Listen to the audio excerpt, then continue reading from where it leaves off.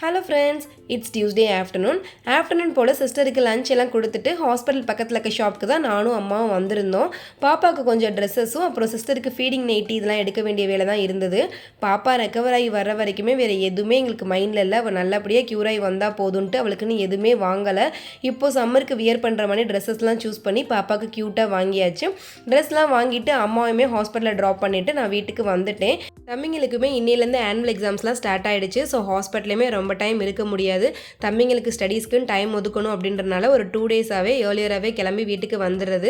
என்ன தான் அவங்க டேடி மற்றதில் கேர் பண்ணி பார்த்துக்கிட்டாலும் பிள்ளைகளோட படிப்பு விஷயத்தில் நீ தான் பொறுப்பு அப்படின்ட்டு கிரேட்டாக எஸ்கேப் ஆயிடுவாங்க. ஹாஸ்பிட்டலில் இருந்ததுலேருந்து என்னோட வீட்டு வேலைகள் எதுவுமே ப்ராப்பராக ஷெடியூல் படி நடக்கவே இல்லை. எப்போல்லாம் டைம் கிடைக்குதோ அப்போல்லாம் ஒவ்வொரு வேலைகளையாக பார்த்துக்கலாம் அப்படின்ட்டு ஒதுக்கி தான் பார்த்துட்டு இருந்தேன். இன்றைக்கி நைட் டின்னர் கொஞ்சம் லேட்டாக தான் ரெடி பண்ண ஸ்டார்ட் பண்ணேன். ஏன்னா எக்ஸாம் டைம் அப்படின்றனால தம்பிங்க லேட்டாக தான் டியூஷன்லேருந்து வருவாங்க. நிறைய வெஜிடபிள்ஸ்லாம் சேர்த்து உப்புமா ரெடி பண்ணியாச்சு.